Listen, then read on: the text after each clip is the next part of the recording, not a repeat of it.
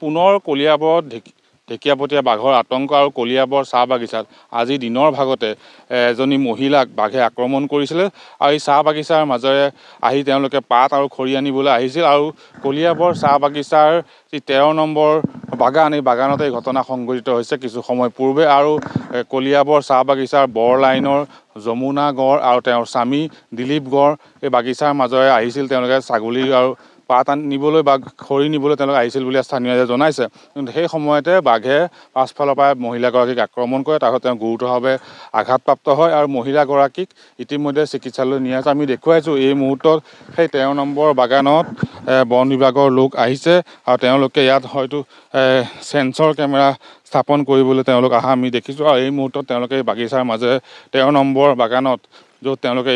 এই মুহূৰ্তত সেই য'ত বাঘে মহিলাগৰাকীক আক্ৰমণ কৰিছিল সেই মহিলাগৰাকী আক্ৰমণ কৰা সেই স্থানতে বন বিভাগৰ দল উপস্থিত আছে আৰু দীৰ্ঘদিন ধৰি কলিয়াবৰ চাহ বাগিচাত বাঘে বিচৰণ কৰি আছে মাজে মাজে বাঘ অন্তৰ্ধান হয় পুনৰ আকৌ বাগিচালৈ আহে আৰু এইবাৰ বাঘে গৰু ছাগলী নহয় মানুহক আক্ৰমণৰ লক্ষ্য কৰি লৈছে বাগিচালৈ অহা মানুহক আক্ৰমণ কৰিছে পূৰ্বেও এনে ঘটনা সংঘটিত হৈছিল খৰি আনিবলৈ যোৱা এজন লোকক আক্ৰমণ কৰিছিল বাঘে অৱশ্যে সেই আক্ৰমণত গুৰুতৰভাৱে লোকজন আহত নহ'ল এইবাৰ কিন্তু এই মহিলাগৰাকী ডিঙি আৰু মূৰত গুৰুতৰভাৱে আঘাতপ্ৰাপ্ত হৈছে আৰু তেওঁক ইতিমধ্যে উন্নত চিকিৎসাৰ বাবে TMCলৈ প্ৰেৰণ কৰা হৈছে কিন্তু এই মুহূৰ্তত এই বাঘৰ যি আতংক বাঘৰ আতংকই কিন্তু বিৰাজ কৰিছে কলিয়াবৰ চাহ বাগিচাত বন বিভাগে বাঘৰ যি সন্ত্ৰাস ৰোধ কৰিবলৈ পাৱাৰ ফেন্সিঙৰ ব্যৱস্থাও কৰিছে কিন্তু তাৰ পিছতো কিন্তু বাঘৰ যি সন্ত্ৰাস সেয়া কিন্তু এতিয়াও অব্যাহত আছে আৰু যাৰ ফলত এতিয়া আতংকই বিৰাজ কৰিছে কলিয়াবৰ চাহ বাগিচাকে ধৰি দাঁতিকাষৰীয়া অঞ্চলত কিয়নো এতিয়া বাঘৰ মানুহক আক্ৰমণৰ লক্ষ্য কৰি লৈছে আৰু এই মুহূৰ্তত শিলঘাট বনখণ্ডৰ বন বিভাগৰ এটি দল আহিছে যি স্থানত ঘটনা সংঘটিত হৈছিল বাঘে এগৰাকী মহিলাক পাত আৰু খৰি আনিবলৈ আহোঁতে তাৰ স্বামীৰ সন্মুখতে আক্ৰমণ কৰিছিল আৰু তাৰপিছতে দেখা গৈছে বন বিভাগৰ লোক আহিছে আৰু তেওঁলোকে এই স্থানত বাঘৰ গতিবিধি নিৰীক্ষণ কৰিবলৈ আহিছে আৰু যিহেতু বন বিভাগৰ বিষয়া আছে আমি তেওঁলোকৰ পৰা জানিব চেষ্টা কৰিম যে আজি দেখা গৈছে দিনত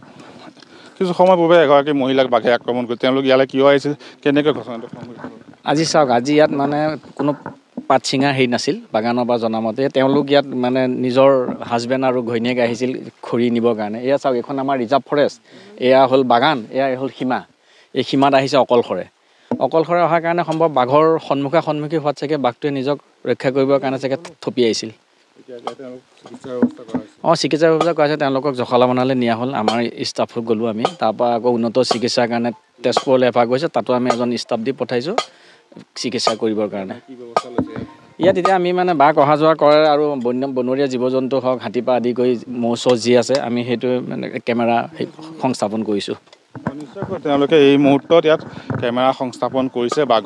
বাঘে অহা যোৱা কৰা পথত আৰু যিহেতু বাঘ এই অঞ্চলত আছেই মাজে সময়ে ইয়াৰ পৰা নাইকিয়া হয় কিন্তু পুনৰ এই অঞ্চলত বাঘে দেখা দিছে আৰু আজি এই 13 নম্বৰ বাগানৰ সমীপৰ যি কামাখ্যাৰ সংৰক্ষিত বনাঞ্চলৰ কাষলৈ তেওঁলোক আহিছিল ছাগলীৰ বাবে পাত নিবলৈ বা খৰি নিবলৈ আৰু সেই মুহূৰ্ততে কিন্তু বাঘৰ আক্ৰমণৰ সন্মুখীন হৈ এই দুগৰাকী লোক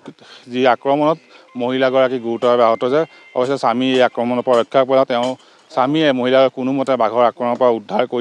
উদ্ধাৰ কৰিবলৈ সক্ষম হয় আৰু ইতিমধ্যে তেওঁ চিকিৎসাধীন হৈ আছে আৰু